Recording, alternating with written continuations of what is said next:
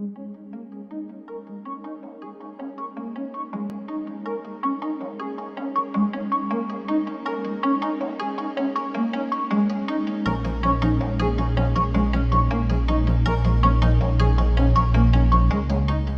hacer instalaciones sobre techos, se debe garantizar que la estructura soporte el arreglo fotovoltaico, considerando el material, el peso de los paneles, los equipos adicionales y, muy importante, las fuerzas de elevación causadas por el viento.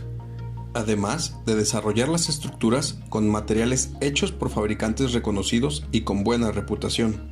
Se debe poner especial atención en este tema en edificios comerciales, donde normalmente la cantidad de paneles necesarios es mayor y por lo tanto con mayor peso, y en casas viejas donde la estructura puede tener daños considerables. Toda estructura fotovoltaica debe ser diseñada cuidadosamente, tomando en cuenta el tipo de techo sobre la que va a ser instalada. En México es muy común el techo plano, techo de concreto o ladrillo, pero en la instalación de paneles solares también nos podemos encontrar con techos de teja, de madera o de lámina, y debemos de estar preparados para hacer el mejor diseño posible. Para hacer una estructura de instalación adecuada, se debe considerar la carga estructural, que se divide en carga estática y en carga dinámica.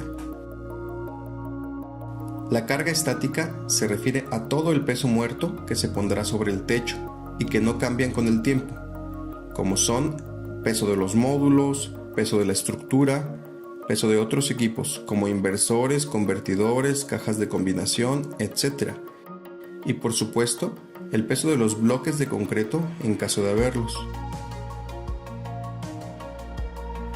Si el edificio o casa no se diseñó inicialmente para soportar el peso adicional, es necesario diseñar e instalar refuerzos.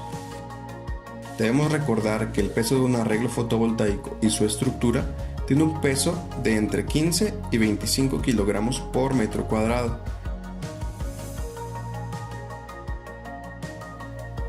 Las cargas dinámicas son variables y dependen del sitio.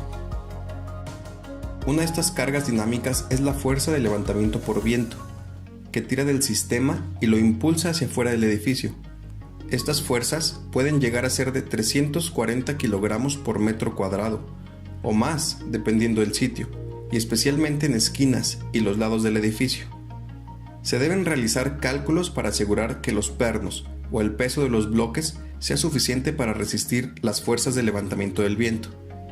Para esto, debemos de estar familiarizados con las características de nuestros paneles y de la estructura. Los fabricantes nos dan a conocer las especificaciones del contrapeso necesario y su ubicación específica para evitar algún percance. En zonas costeras, esto es especialmente importante, así como en zonas con vientos fuertes estacionales. Dentro del espacio del techo podemos dividir 3 zonas, en donde la carga del viento es distinta. La zona 3 está definida en las esquinas del techo y es donde las mayores fuerzas se encuentran. La zona 2 es la barda perimetral, donde se reciben fuerzas moderadas, y la zona 1 es donde existen fuerzas de levantamiento mínimas, considerada como campo abierto, y por supuesto es el área donde se recomienda poner el arreglo fotovoltaico.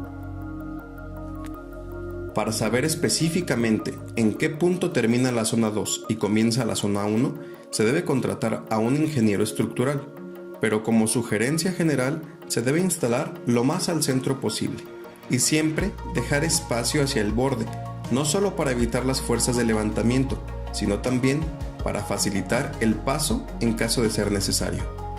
En sistemas residenciales, lo normal es poner 2 rieles por cada fila de paneles, y cada riel tiene una serie de anclajes que a su vez están sujetados ya sea directamente al techo o a una estructura ya fija al contrapeso. Al momento de diseñar la distribución de estos rieles en un sistema fotovoltaico, tenemos que considerar la luz y el voladizo permitido por el fabricante. La luz es la distancia que puede extenderse un riel entre un punto de soporte y el siguiente para no deformarse con el tiempo, y el voladizo es la distancia que puede extenderse un riel después del último anclaje. Todos los fabricantes tienen límites en cuestión de luz y voladizo, y es necesario leer las especificaciones o pedir asistencia a la empresa que los diseña para estar seguro de armar la estructura de forma correcta. En algunos sitios, los requerimientos de instalación en el municipio pueden ser más estrictos que los del fabricante, por lo que también se debe estar enterado de los códigos de construcción local.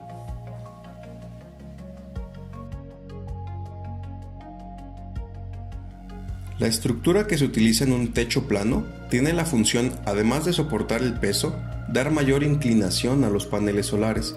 Para esto se pueden hacer perforaciones directamente en el techo, de preferencia sobre una viga, o usar un sistema de contrapeso, como lo son los bloques de concreto, lo que muchas veces ahorra tiempo de instalación y posibles daños al techo. En algunos casos se puede usar una combinación de ambos. Esto depende de las necesidades del diseñador. La inclinación que se le dé al sistema es de vital importancia. Mayor inclinación normalmente nos da una mejor producción de energía, pero incrementa las cargas de levantamiento por viento, lo que puede llegar a ser peligroso si no se hace un buen cálculo. Y una inclinación muy baja se ve menos afectada por el viento, pero es muy probable que disminuya la producción por la acumulación de hojas o polvo, e inclusive nieve en algunas zonas. En cualquier caso, nunca se debe dejar un arreglo fotovoltaico totalmente plano. Esto es considerado un mal diseño, y el que sufre las consecuencias siempre es el usuario final. Al diseñar el arreglo fotovoltaico, se debe tener en cuenta desde el inicio el espacio para instalar y acceder a las cajas de conexiones y a los conductos, además de dejar espacio entre los obstáculos ya existentes en el techo, como unidades de aire acondicionado, tragaluces, tinacos, etc. La tubería que lleva el cableado debe estar asegurada al techo, normalmente solo con soportes sin penetración para evitar fallas a tierra o de arco. Una instalación este-oeste no es un arreglo muy común.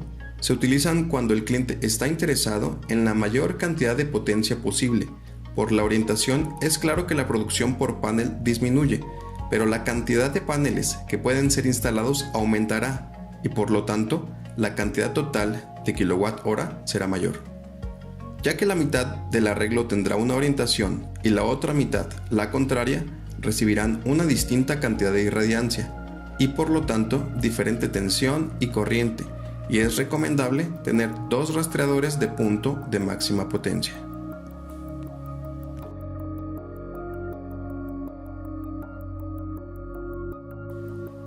Si el estado del techo en el que se va a hacer la instalación está en mal estado, hágalo saber de inmediato al cliente y recomiende mantenimiento. La mayoría de las veces en residencias el cliente no tiene idea de la calidad de su techo.